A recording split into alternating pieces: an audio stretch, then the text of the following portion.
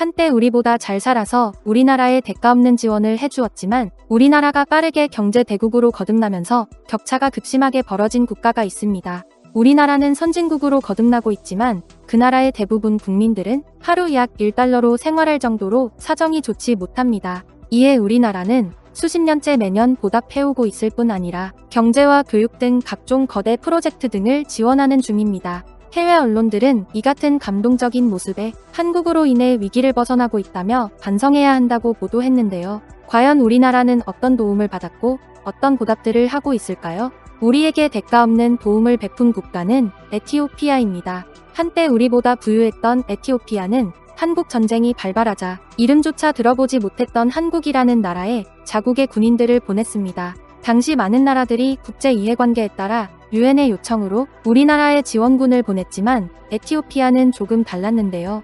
에티오피아는 직접적으로 소련의 위협을 받는 국가도 아니었고 미국의 원조를 얻어야 하거나 반공 이데올로기에 빠져있던 나라도 아니었습니다. 그들은 어떠한 이해관계에도 얽혀있지 않았음에도 순수하게 우리를 돕기 위해 군인들을 보낸 것입니다. 에티오피아가 한국 전쟁에 파병을 결심한 이유는 1935년 이탈리아로부터 침공당한 기억 때문입니다. 침공 당시 이탈리아의 군대를 막지 못하고 속수무책으로 무너지게 되자 에티오피아의 셀라시의 황제는 국제사회의 도움을 요청했었는데요. 하지만 도와주겠다고 나서는 국가가 한 곳도 없었고 에티오피아는 27만 명이 숨지고 나라까지 빼앗기는 지경에 이르게 됩니다. 그럼에도 에티오피아는 포기하지 않고 계속 저항하였습니다. 그 결과 6년이 흐른 1941년 기적적으로 이탈리아 군대를 몰아내는 데 성공했죠. 이 같은 경험을 통해 나라가 위기에 빠졌을 때 도움을 받지 못하는 서름을 앓게 된 셀라시의 황제는 1953년 들어보지도 못했던 한국으로부터 파병 요청을 받게 되자 흔쾌히 병력을 지원했습니다. 침략군에 부당하게 공격당하는 나라가 있다면 다른 나라들이 도와줘야 한다. 저 먼 곳에 있는 한국인의 자유와 권리를 위해 목숨 바쳐 싸워라. 그렇게 에티오피아군은 최정예 부대라 할 수 있는 황제 직속 사단에서 파병 지원자들을 받아 한개 대대를 편성했고 에티오피아 황제는 그 자리에서 강류대대라는 칭호를 내리고 이길 때까지 싸워라. 그러지 않으면 죽을 때까지 싸워라는 명령과 함께 한국으로 보냈습니다. 강류의 뜻은 혼돈에서 질서를 확립한다는 뜻으로 혼돈에 빠진 한국을 구해내라는 황제의 의지가 담긴 부대명인데요. 순수하게 약소국의 서러움을 알고 나라를 지켜주기 위해 파병을 자처한 군인들인 만큼 전쟁에 참여한 에티오피아 정예군들의 용맹함은 남달랐습니다. 부대가 위험에 처하면 장교와 부사관들이 가장 먼저 적진으로 돌진해 포위망을 뚫었고 전투 중 부상자와 사망자를 전장에 남겨두지 않았으며 포로가 발생하면 끝까지 추적해서 구해내는 모습을 보여주었습니다. 에티오피아군은 한국 전쟁에서 253번의 크고 작은 전투를 치렀고 전승을 거두었는데요. 이 같은 도움으로 한국 전쟁이 끝난 이후에도 한국과 에티오피아는 좋은 관계를 유지하게 됩니다. 셀라시의 황제는 직접 한국까지 행차하여 전사한 참전용사들의 넋을 기리기도 했는데요. 하지만 이때부터 에티오피아의 시련이 시작되었습니다. 에티오피아는 목축업을 주요 산업으로 삼고 있었는데 무려 7년간이나 극심한 가뭄이 발생하면서 수만 명이 기근으로 죽어가는 등 큰 타격을 입게 되고 한순간에 최빈국으로 전락해버린 것입니다. 설상가상으로 1974년에는 에티오피아 군부가 쿠데타를 일으켜 공산주의 정권을 세우면서 한국과는 단교까지 하게 됩니다. 에티오피아의 공산주의 군부 정권이 들어서자 한국 전쟁 참전용사들은 북한과 싸웠다는 이유로 재산을 몰수당하고 핍박받기 시작했습니다. 이후 시간이 지나 1991년에 에티오피아의 공산주의 정부가 붕괴되고 다시 민주정부가 세워지면서 한국과 에티오피아의 관계는 빠르게 회복되기 시작했는데요. 에티오피아 참전 용사들이 공산 정권의 가혹한 탄압에도 한국 전쟁 참전을 후회하지 않고 자랑스러워하고 있다는 사실에 한국에서 본격적으로 보답을 하기 시작했습니다. 한국은 에티오피아에 어떤 보답들을 하고 있을까요? 에티오피아에서 공산정부가 무너지고 민주정부가 들어선 1991년부터 한국 정부에서는 매년 200억 원가량을 무상으로 원조하고 있고 고속도로, 농촌개발, 교육 등을 위해 1,000억이 넘는 차관을 제공해오고 있습니다. 뿐만 아니라 LG 등 기업에서는 직업학교를 운영하고 참전용사 후손들을 대상으로 무료교육과 무료급식을 지원하는 중입니다. 때문에 에티오피아에서는 한국의 보답에 감사해야 하고 한국의 좋은 이미지를 가지고 있는데요.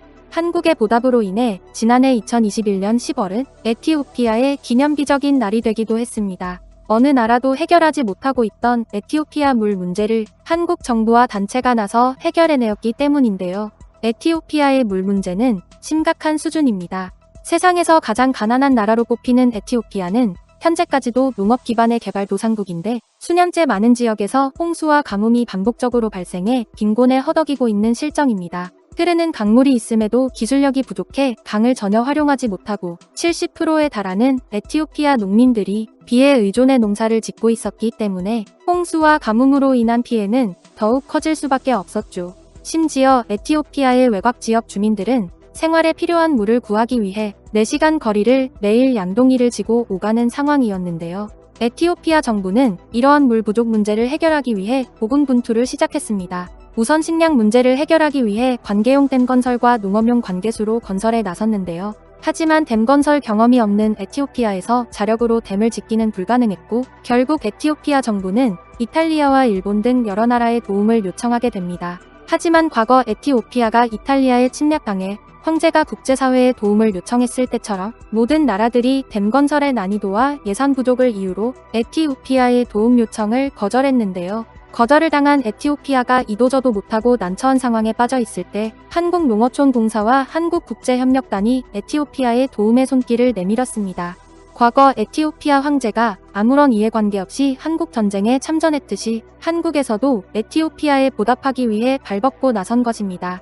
해당 프로젝트명은 에티오피아 오르미아주 댐 및 관계수로 건설 설계 시공 감리로 에티오피아 수도에서 160km가량 떨어진 도도타군에 관계용 댐과 농업용 관계수로를 건설하는 것인데요. 한국농어촌공사와 한국국제협력단은 타당성 조사 등 각종 준비를 마친 후에 프로젝트에 착수했지만 그들 앞에는 많은 고비가 기다리고 있었습니다. 공사 도중 에티오피아에서 내전이 2번이나 발생하면서 프로젝트가 계속 지연되었고 지역 주민들이 폭동을 일으켜 공사 현장에 고립되기도 했던 것입니다.